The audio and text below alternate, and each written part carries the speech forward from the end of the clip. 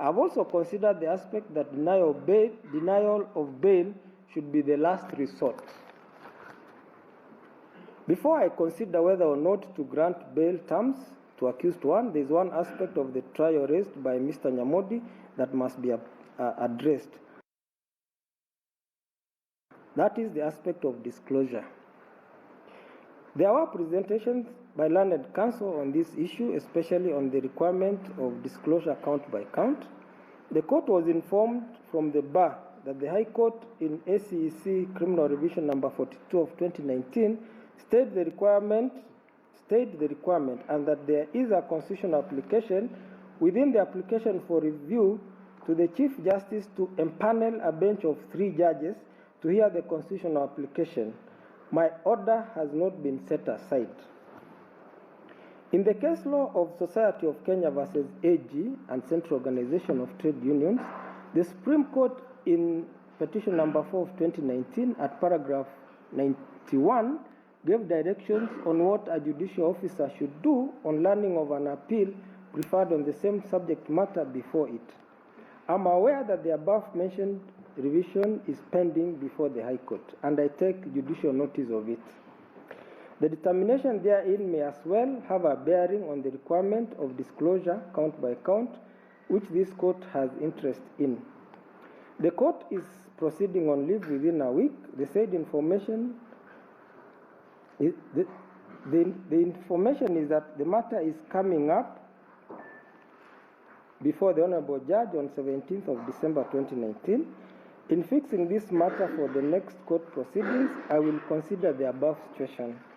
In attempt to rebut evidence by the prosecution, accused one produced a signal, a certificate of good conduct, identification showing him as a member of the International Police Association, and also informed the court that he had been honored with the award of the Elder of the Burning Spear, and that accused one was an holder of an award of Good Deeds Ambassador by the UN.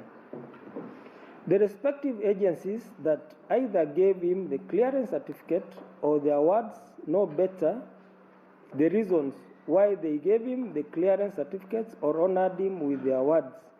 Since no such evidence was placed before the court was denied an opportunity to make a finding on the same, as courts only give pronouncements based on evidence. After having considered all the material placed before me, I am of the considered opinion that all accused are hereby admitted to bail terms.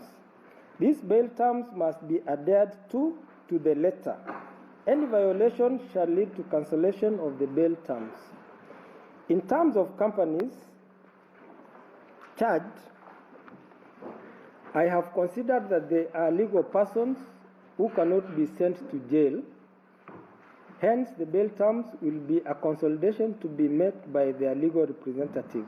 To be very clear, the bond terms on the legal representative alone will suffice for the limited liability companies. Now, the accused are admitted to the following bond terms. Accused 1 to a bond of 30 million with one surety of similar amount and a cash bail of Kenya Shillings 15 million.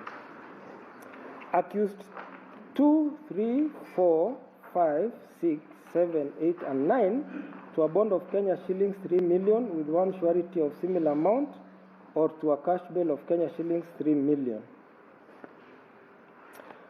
For accused 10, 11, 12, 13, 14, 15, 16, and 17 to a bond of Kenya Shillings 30 million with one surety of similar amount or a cash bail of Kenya Shillings 10 million.